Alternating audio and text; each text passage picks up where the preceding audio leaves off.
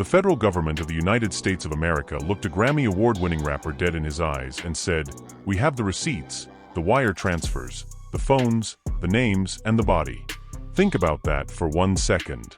Not a blogger. Not a street rumor. Not a diss track. The actual FBI walked into a federal courthouse and handed a judge documented evidence alleging that Lil Durk, one of the most celebrated voices in hip-hop today, allegedly authorized a $1 million contract to have another rapper permanently removed from this earth. And the name on that contract? Quando Rondo. But here's the question that nobody in these streets has asked out loud yet.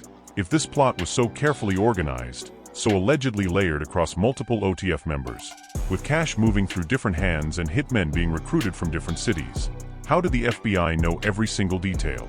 Who was in that room? Who was on those calls? And why is OTF Dede's name sitting right next to Durk's in a federal indictment that reads more like a movie script than a court document? Stay right here. Because there is one piece of information buried inside these federal documents that the mainstream media completely glossed over, that the blogs are not talking about, and that allegedly changes every single thing you thought you knew about this story. And I promise you, by the time this video is over, you're going to understand why this situation is so much bigger than a rap beef. Do not move. To understand how we got here, you have to go back to November 6th, 2020. Atlanta, Georgia. A parking lot outside of a Monaco hookah lounge. That was the night King Von, real name Davon Daquan Bennett, was shot and killed at just 26 years old. And in the immediate hours that followed, the entire city of Chicago went silent, because King Von was not just Lil Durk's artist. He was not just an OTF member. According to people who knew them both closely, King Von was the closest thing Lil Durk had to a brother in this world, and the grief that followed that night was not the kind of grief that fades with time. It allegedly became fuel. Now this is important context because the federal indictment against Durk does not start with 2024. It does not even start with 2022. According to prosecutors, the roots of this alleged murder-for-hire conspiracy grow directly out of that parking lot in Atlanta, out of that grief, and out of a belief, allegedly held deeply by Lil Durk and members of OTF, that Quando Rondo was responsible for what happened to Von that night. Quando Rondo was present during the altercation. His associate Lul Tim allegedly pulled the trigger that killed King Von. And from that moment forward, according to federal documents, a quiet and allegedly organized campaign of retaliation was reportedly set in motion. But here is where it gets interesting. Because Quando Rondo and Lil Durk actually had a period of what appeared to be peace in the months following Von's death. Both men went on social media. There were statements about moving differently. And on the surface, it looked like the situation was going to be handled with music and distance rather than violence. But sources close to the situation claim that behind closed doors, the mood inside OTF was anything but peaceful. According to insiders, there were reportedly conversations happening at the highest level of the crew, conversations that allegedly circled back to one specific question over and over again. Why is this man still breathing? The federal government says that question eventually got an answer. And the man who allegedly helped deliver that answer was OTF Dede, real name DeAndre Dontrell Wilson, described by prosecutors in court documents as one of Lil Durk's most trusted lieutenants and allegedly, the person tasked with turning words into action. Now this is the part that nobody is talking about when they cover this story on the surface level. Because OTF Dede is not a peripheral figure in this case. According to the federal indictment, he is presented as the operational link, the person allegedly positioned between Durk's alleged directives and the actual boots on the ground. Sources claim he was reportedly described within OTF circles as someone who, allegedly said, handled things that couldn't be handled publicly. And now that description is sitting inside a federal court document. This is not speculation. These are allegations made by the United States federal government. And this is the part that makes everything more significant, because when you understand OTF Dede's alleged role, you start to understand why this indictment looks the way it does. The federal government is not just alleging that Durk said something reckless in a moment of anger. They are allegedly presenting a structured chain of command. A hierarchy. A situation where, according to prosecutors, a directive was issued, a fixer allegedly received it, a price was allegedly set, and then actual human beings were allegedly recruited and allegedly compensated to carry it out. Now here is the twist. According to federal documents, the alleged bounty placed on Quando Rondo's head was reportedly set at $1 million. $1 million. And according to prosecutors, OTF member Marcus "Muwop" Wilson, another name connected to this alleged operation, reportedly began the process of recruiting outside shooters to fulfill that contract. Now, why does that detail matter? Because hiring outside shooters means someone allegedly made a calculation that using people already connected to OTF was too risky. That is not spontaneous street violence. According to federal prosecutors, that is allegedly organized, allegedly premeditated, and allegedly coordinated at a level that transforms a rap beef into a federal murder conspiracy case. Stay right here because it gets worse. Because there is a date that sits at the center of all of this, and that date is August 19th, 2022. That is the day in Tampa, Florida, when a shooting took place that prosecutors allege was a direct execution of this alleged murder-for-hire contract. Quando Rondo was reportedly in the area, but the bullet did not find Quando Rondo. Instead, according to the indictment, it found a 23-year-old man named Lil Pab, whose real name was Clarence Slater, reportedly Quando Rondo's close associate. And the federal government's position is chillingly clear. Lil Pab allegedly died as the direct result of a conspiracy that was allegedly organized, allegedly funded, and allegedly approved from the top of OTF's alleged chain of command. And that is where part 1 leaves you, because the question that the indictment does not fully answer yet, the question that sources close to the situation have been circling around for months, is this. How did the FBI get inside this alleged operation close enough to document the chain of command, the dollar amounts, the recruited shooters, and the specific directives? Someone talked. And that detail, that specific explosive detail, is exactly what we are getting into next. Someone talked. And according to sources close to the federal investigation, the level of detail inside that indictment is not the kind of detail you build from wiretaps alone. The way federal prosecutors have laid out the alleged internal communications, the alleged hierarchy, and the alleged financial movement suggests that someone, possibly more than one person, with direct access to the inner workings of this alleged operation gave the government information that no outsider would have known. And that is what makes this story so much more dangerous than a simple arrest. Now here is what the blogs are covering on the surface. Durk gets arrested in October 2024 in South Florida. Federal agents show up. Grammy award-winning rapper in handcuffs. The internet goes crazy. Quando Rondo posts. The streets react. And within 72 hours the story becomes a content cycle. But what most people are not sitting with is the timeline.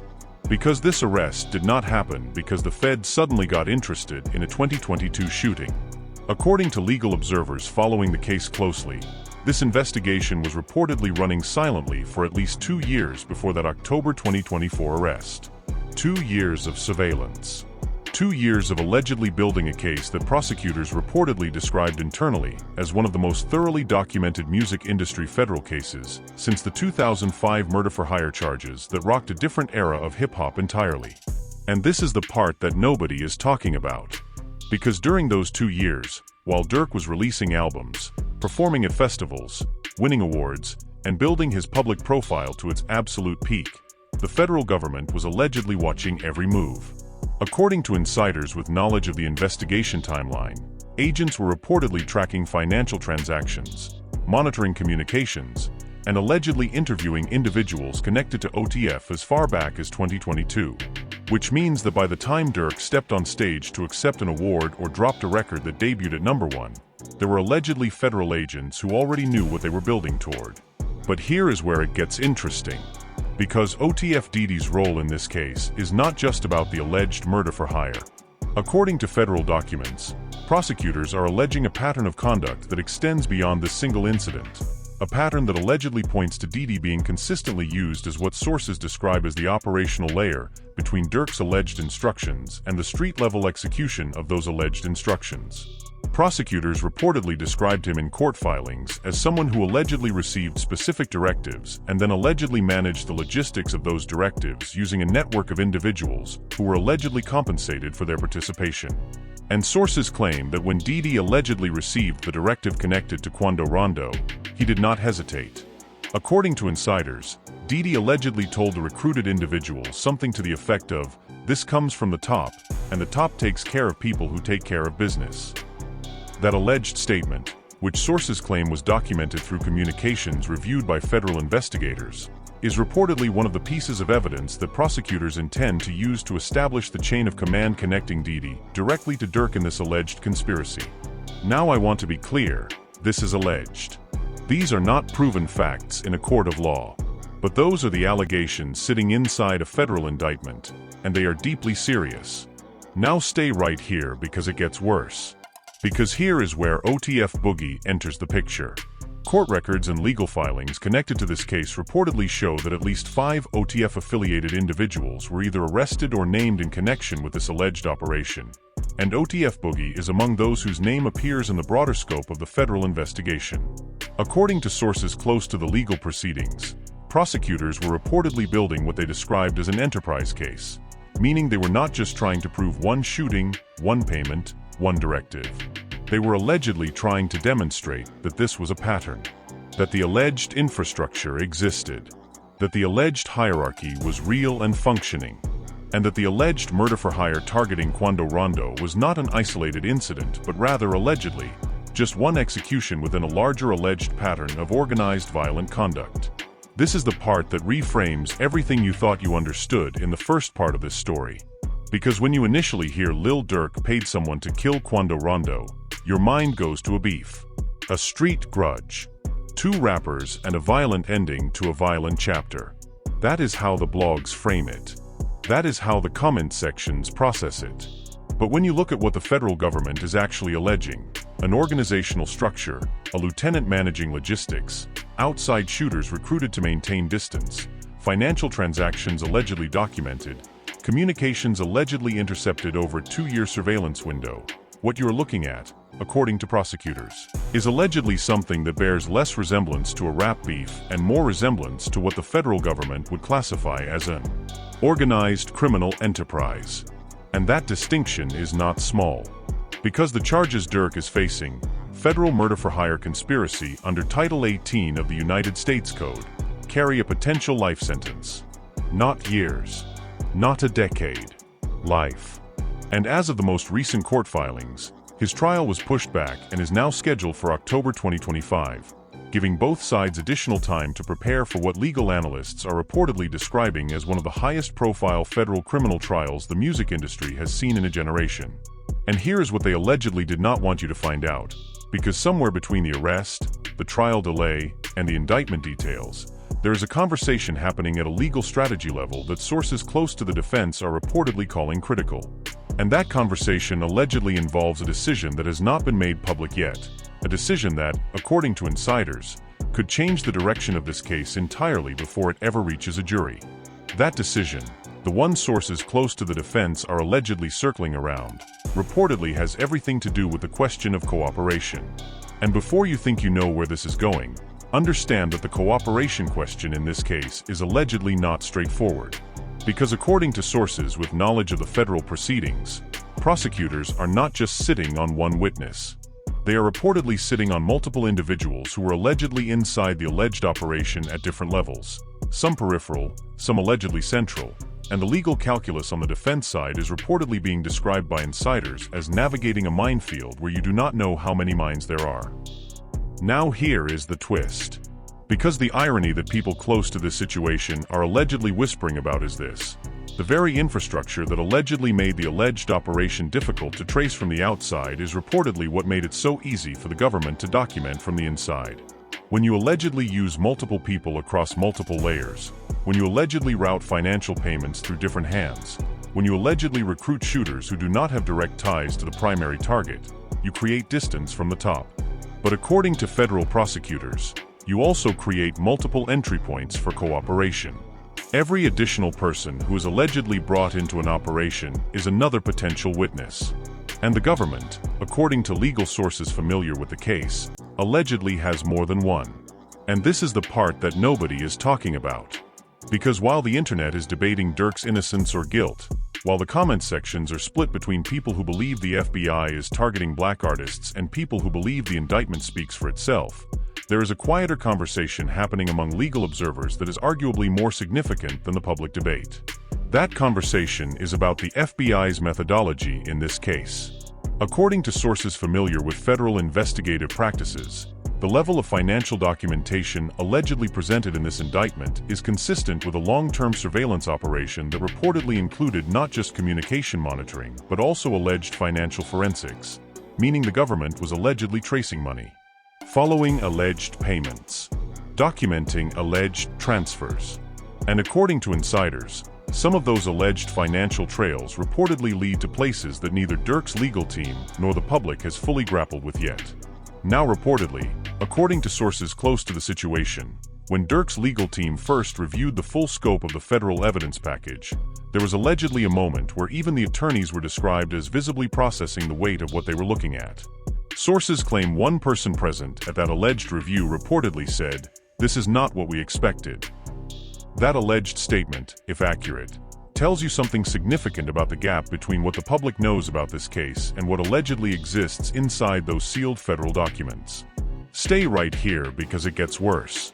Because here is what Quando Rondo's response to all of this tells us. Since Durk's October 2024 arrest, Quando Rondo has reportedly been careful with his words in public. He has not celebrated publicly in any way that would create legal complications for himself. Sources close to Quando claim that he was advised by people around him to stay measured, and that his measured response is not grief or sympathy, but rather allegedly, the response of someone who understands that he is now a material witness in a federal case that could reach its conclusion in a courtroom. And according to sources, Quando allegedly told people close to him that he always knew this day would come, that it was never about if, it was about when. But here is where it gets interesting. Because reportedly, according to insiders familiar with both camps, the relationship between Quando Rondo and the federal case is more complicated than simply being the intended target. According to sources close to the investigation, federal prosecutors have allegedly been in communication with Quando Rondo's legal representatives on multiple occasions since the indictment was filed. And the nature of those communications, sources claim, reportedly goes beyond victim notification. Word on the street is that Quando's legal team has been very deliberately managing his public posture because his eventual role in these federal proceedings, whatever that role turns out to be, is reportedly something that both sides are allegedly watching very closely. And here is what they allegedly did not want you to find out. Because buried inside the broader narrative of this case is a detail about OTF Dede specifically that changes the way you look at his position in all of this. According to sources close to the federal proceedings, Dede's legal situation is reportedly being handled separately from Durk's primary defense strategy, and sources claim that the separation of those legal strategies is not accidental. It is allegedly intentional. According to insiders, there is reportedly a concern within the broader circle that Dede's exposure in the federal case is significant enough that his legal options are more limited than Durk's, and that the decisions Dede allegedly makes about his own legal path could have direct implications for what the government is able to prove against Durk at trial. In plain language, sources close to the situation are allegedly saying that OTF Dede and Lil Durk's legal fates are reportedly intertwined in a way that neither side can fully control, and that the person allegedly positioned as the operational middle layer, the alleged fixer, the alleged lieutenant, is now reportedly sitting at the most precarious point in the entire federal case. Now here is the question that has been sitting underneath this entire story. The question that surfaces every time you look at the full picture of what the federal government is alleging. Because if the indictment is accurate, if there truly was a $1 million alleged bounty, an alleged operational structure, an alleged chain of command, and an alleged 2-year federal surveillance operation that documented financial transactions and communications, then the question is not just about guilt or innocence in a court of law. The question is about what this case reveals about the intersection of the music industry, federal law enforcement, and street infrastructure in 2024 and beyond. Because Lil Durk is not the first rapper to be federally indicted. He will not be the last.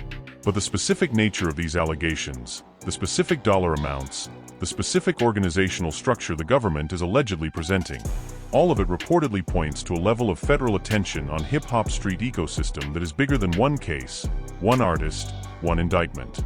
And the trial is set for October 2025. The evidence is allegedly overwhelming, according to prosecutors. The defense says their client is innocent. OTF Dede's legal team is reportedly making decisions that could alter everything. And somewhere out there, according to sources, there is a witness, possibly more than one, who was allegedly inside the room, on the calls, moving the money, and is now sitting across from federal agents telling a story that the public has not heard yet. The biggest revelation in this case has allegedly not dropped yet. Here is what we do not know yet, and what you are going to want to stay locked in for. We do not know the full identity of every person who allegedly cooperated with the federal government during that 2-year surveillance window. We do not know what is inside those sealed portions of the federal indictment that have not been made public. And we do not know what decision OTF Dede's legal team is allegedly on the verge of making, a decision that sources close to the situation are reportedly describing as the pivot point of the entire case. Those 3 unknowns alone are reason enough to stay subscribed, stay notified, and stay watching, because when those details break, they are going to break fast. And if you are not tuned in, you are going to be the last person to know. But here is why your like on this video specifically matters. And I mean this. This is not a celebrity gossip story. This is a federal case with a scheduled trial date, with real legal documents, with a man whose entire life and legacy is sitting inside a courtroom. The algorithm does not push stories like this unless the people watching them signal that these stories matter. When you hit like, you're telling the platform that accountability coverage, the kind that goes deeper than a headline, deserves to be seen. So if you watched this far, you already know this story is different. Hit the like button and let the algorithm know it. Now here is the question I want you to answer in the comments, and think carefully before you type, because this one does not have an easy answer.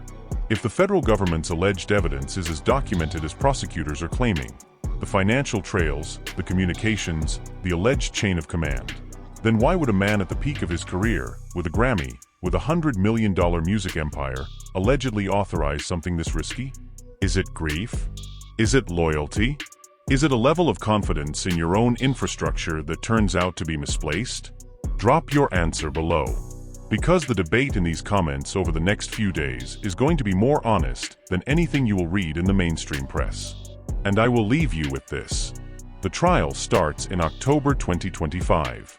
The witnesses are allegedly ready. The evidence is allegedly sealed and waiting. And somewhere in all of this, in the grief over King Von, in the alleged bounty, in the alleged chain of command, in the federal documents that are still partially hidden from public view, there is a truth that is bigger than what any of us have been allowed to see yet.